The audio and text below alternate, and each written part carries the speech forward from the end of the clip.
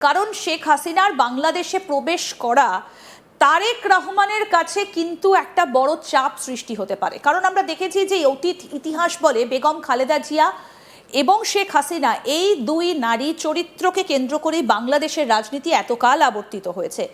কখনো শেখ হাসিনা, কখনো খালেদা জিয়া। তবে শেখ হাসিনা যখন প্রধানমন্ত্রী, খালেদা জিয়ার স্মৃতি কিন্তু খুব একটা সুখকর নয়। তাকে জেলে যেতে হয়েছে, গৃহবন্দী থাকতে হয়েছে। তাহলে এবার যদি শেখ হাসিনা দেশে ফেরেন, তাহলে খালেদা জিয়ার যে পরিণতি হয়েছিল, তাহলে কি শেখ হাসিনারও সেটাই হতে চলেছে? আমরা এই বিষয়ে আলোচনা করার আগে কয়েকটা ছবি একটু দেখাই যে তারেক রহমান কি করছেন।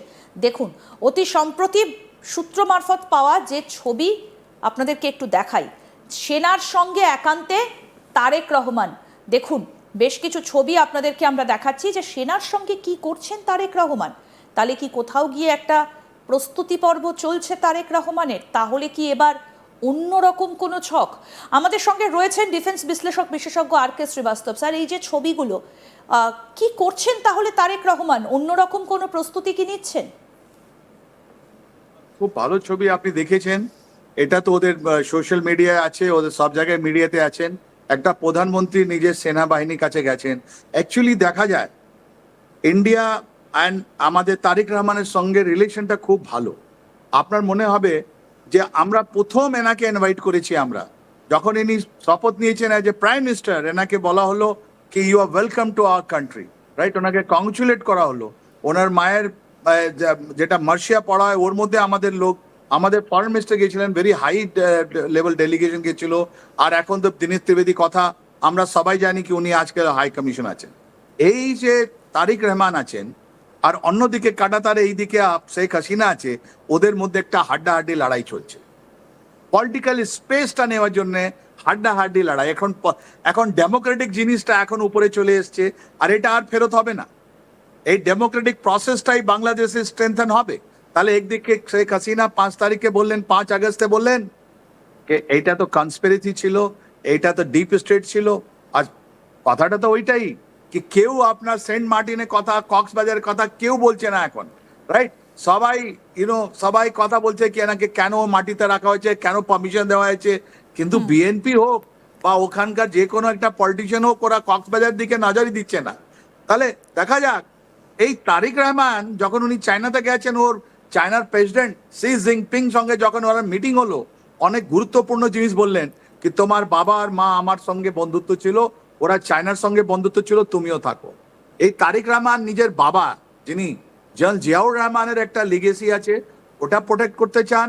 উনি নিজের মায়ের যে খালেদা জিয়া একটা রাজনীতি ছিল ওটাও প্রোটেক্ট করতে চান। তার মানে বাবার মা দুজনের যেটা কার্যকলাপ আছে ওখান থেকে যা শিখেছেন ওইটাই আপনার এই গ্রাউন্ডে এখন তারেক রহমান করে যাচ্ছেন।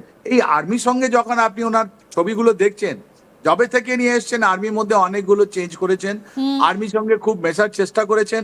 এই জুলাই মাসেই আপনার অ্যাডমিরাল খন্দকারকে 23 তারিখে যে নেভাল চিফ বানানো হলো, উনি আপনার ওমানে ছিলেন, ওখান থেকেই নিয়ে এসছেন, রাইট? তো যে বাবার যে লিগেসি ছিল কি ডিফেন্স ফোর্সকে বলছেন কি আমি তো তোমাদের মধ্যেই বড় হয়েছি, আমি ক্যান্টনমেন্টের ছেলে। আমার বাবাকে যেহেতু একটা আর্মি অফিসার ছিলেন, আমাদের মুক্তিযোদ্ধা ছিলেন, সুপ্রিম মুক্তিযোদ্ধা ছিলেন উনি জেনারেল জিয়াউর রহমান। তো ওনার সঙ্গে উনি তো দেখেছেন কিভাবে ওনার মাকে নজরবন্দি করা হলো, এদেরকে নজরবন্দি করা হলো, কিভাবে পাকিস্তানি আর্মি এদেরকে ট্রিট করলো, তারপর কিভাবে ওনার বাবার একটা প্রমোশন কি করে। আর ওই 71 to 75 এর কথাটাই উনি জানেন, বাড়িতে ছিলেন। আর 75 থেকে ওনার বাবা যতদিন মারা না যান উনি তো ক্যান্টেই ছিলেন। তাহলে একটা ক্যান্টনমেন্ট বয় নিজেকে আর্মির সঙ্গে রেখে উনি বলছেন আমি ক্যান্টনমেন্ট বয় আছি, আমি তোদের কথা জানি, আমি তোমাদের সঙ্গে আছি। তাই জন্য এরকম একটা আনইউজুয়াল পিকচার আপনি দেখছেন যে ইনি গেছেন মহড়া যখন হচ্ছে, এই জুলাই মাসের মহড়া, জুলাই মাসে যখন মহড়া হচ্ছে ইনি ওদের সঙ্গে আছেন, ওদের কথা শুনছেন। তাহলে কি শেখ হাসিনা বাংলাদেশে ফিরলে প্ল্যান মাফিক কোনো কু ঘোষণা করা হতে পারে? কারণ বাংলাদেশে কু হচ্ছে কি হবে না গত 2 বছর ধরে আমরা অনেক আলোচনা করেছি। তাহলে কি শেখ হাসিনা দেশে ফিরছেন এই খবরে বাংলাদেশে কু ঘোষণা হয়ে যেতে পারে? দেখুন, এই আর্মি নিয়ে যখন আমরা কথা বলছি, ওখানে ওয়াকুরুজ্জামান অ্যাকচুয়ালি উনি একটা আলাদা ধরনের ব্যক্তিত্বটা আমরা দেখতে পাচ্ছি এই ফেব্রুয়ারির পর থেকে।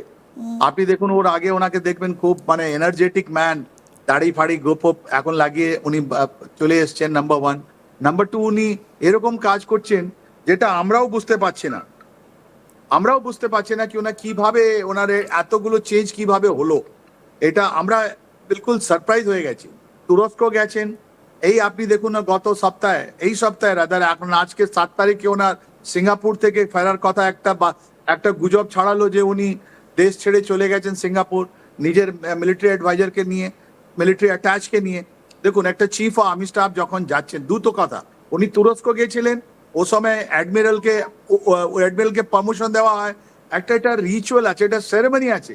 এই পুরো ceremony promotion ceremony of Naval chief, Bangladesh Naval chief থেকে আপনার বকুর জামানকে আপনি দেখেননি, নাম্বার ওয়ান।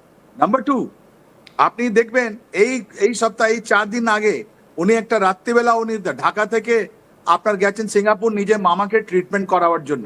ওনার সঙ্গে ওনার যে ভাগ্নে আছে, উনি যে ব্রিগেডিয়ার, ওনার সঙ্গে কত লোক গেছে ওখানে সিঙ্গাপুরে। তা একটা চিফ যখন দেশ ছাড়ছেন, নিশ্চয়ই প্রাইম মিনিস্টার যিনি আছেন ওনার সঙ্গে পারমিশন নিয়েই ছাড়ছেন, কিন্তু ওনার যে বিহেভিয়ার আছে, ওই বিহেভিয়ারটা একটু আলাদা ধরনের আছে।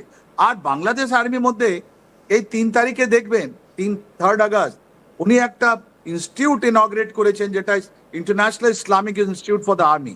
আর্মির মধ্যে এখন ইসলামিক জিনিস পড়ানো হবে, অন্য জিনিস এখন আমরা পড়ছি electronic warfare, counter electronic warfare, যেখানে যুদ্ধ আপনার লেস দেন 1 মিনিট বা 45 সেকেন্ডে লড়া যাচ্ছে ইরানে, আমরা যেটা দেখলাম। ওখানে ইনি একটা ইসলামিক এটা খুলছেন ইনডক্ট্রিনেশন জন্য। কেন এরকম করছেন আমরা বুঝতে পারছি না, বিকজ ওরকম ফৌজ, Bangladesh fauj is a very modern fauj. আর এই বাংলাদেশ মড পুরো বিশ্বে ছড়িয়ে আছে, ওদের ইউএনএ সব থেকে বেশি কন্ট্রিবিউশন আছে, ওরা ভালো নাম আন করেছে। তাহলে এই যে ওয়াকুর জামান আছেন, ওয়াকুর জামান নিয়ে অনেকগুলো কথা হচ্ছে। আর এই কথাগুলো হচ্ছে কেন জানেন? এই যে মোহাম্মদ চাপু যে প্রেসিডেন্ট ছিলেন, বাংলাদেশের প্রেসিডেন্ট, যখন উনি ছিলেন লন্ডনে, উনি 4-5টা কল শেখ হাসিনা ওয়াজেদকে করলেন। শেখ হাসিনা ওয়াজেদ স্টিল বাংলাদেশি সিটিজেন, উনি তো করতেই পারেন। কিন্তু যে মুহূর্তে ওনার বাংলাদেশ প্রেসিডেন্ট ফেরত এসছেন, ওনাকে বলা হয়েছে রিজাইন করতে। উনি একটা নেগোশিয়েট করলেন, নেগোসিয়েশনের পর উনি রেজিগনেশন দিয়ে দিয়েছেন। Supreme commander in chief of the Bangladesh defence forces উনি রিজাইন করেছেন, যেহেতু উনি একটা শেখ হাসিনা ওয়াজেদের উনি একটা appointing, right? Number one. Number two, সবাই জানতো যে ওয়াকুর জামান অ্যান্ড আপনার মোহাম্মদ চাপু যিনি প্রেসিডেন্ট ছিলেন, ওনার মধ্যে একটা ভালো রিলেশন ছিল। ইউনুস বারবার ওয়াকুর জামানকে সরাতে চাইছিলেন, অনেকবার চেষ্টা করলেন, কিন্তু প্রেসিডেন্ট যে ছিলেন উনি ওয়াকারের সঙ্গে দাঁড়িয়েছিলেন। তাহলে এইটা কি কোনো একটা ভিতর মহলে একটা সংঘাত ঘটেছে, যার মধ্যে প্রেসিডেন্ট তো এটাও বলে কি ওরা কোনোদিন শেখ হাসিনা ওয়াজেদের সঙ্গে দাঁড়াননি?